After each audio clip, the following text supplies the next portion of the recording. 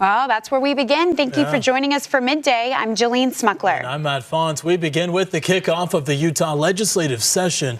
Legislatures are meeting to discuss bills that have been introduced to the state legislature.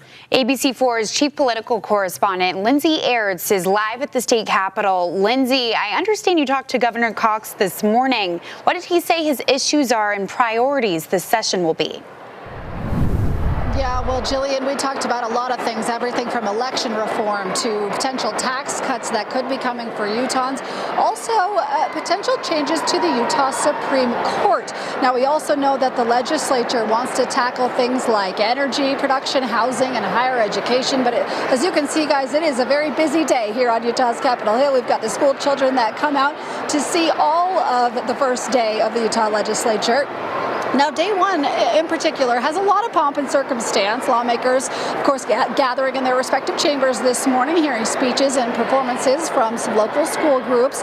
Now, one issue that we did talk to Utah Governor Spencer Cox about was whether Utah might look to change the Utah Supreme Court. Now, back during the election time, we saw lawmakers pretty upset with the way the court ruled on a couple of big amendments and cases. Those were Amendments A and D, if you recall.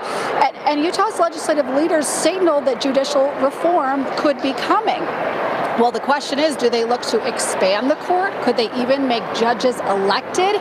Governor Cox was very clear about that. When it comes to electing judges, I would veto that. That would be the fastest veto you've ever seen from me. I think it's terrible. I've seen how it works in other states. I've lived in other states, and it's a disaster, and we should not fall into that trap.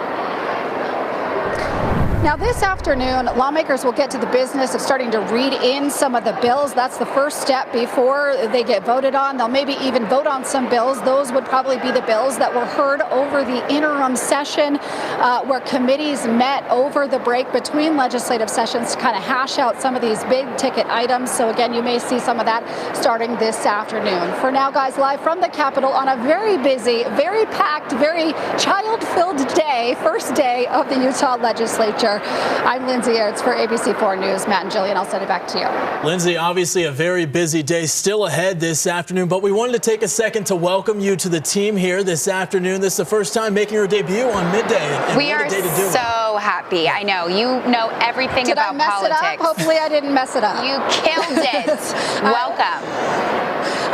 I'm so happy to be with you guys. Thank you so much for having me. Make sure you stick with Lindsay all throughout the session. Again, 45 days. She's going to be covering really all of it. We're going to check back in with her a little bit later in the broadcast, but also make sure you tune in because every Sunday morning